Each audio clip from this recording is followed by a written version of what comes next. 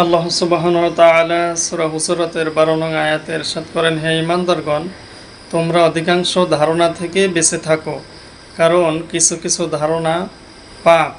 অর্থাৎ ধারণা বা অনুমান করে কথা বললে অনেক সময় গুনাহের সৃষ্টি হয়, বড় ধরনের পাপ হয়ে যায়।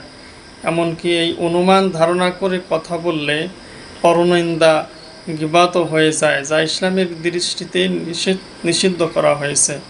প্রিয় বন্ধুগণ, এই অনুমান করে কথা বলার কারণে অনেক সময় অনেক ধরনের ফ্যাসাদের সৃষ্টি হয়।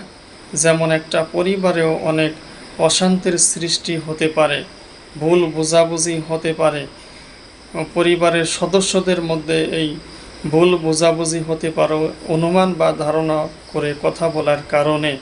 অনেক সময় অনেক দূরত্ব সৃষ্টি হয়ে যায় আপনজনের মধ্যে, পরিবারের মধ্যে। এই জন্যই ধারণা বা অনুমান করে কথা বলতে কোরআন এবং হাদিসে নিষেধ করা হয়েছে। রাসূলুল্লাহ সাল্লাল্লাহু আলাইহি ওয়াসাল্লাম ইরশাদ ফরমান যে আল্লাহ এবং পরকালে বিশ্বাস রাখে সে যেন ভালো কথা বলে অথবা চুপ থাকে।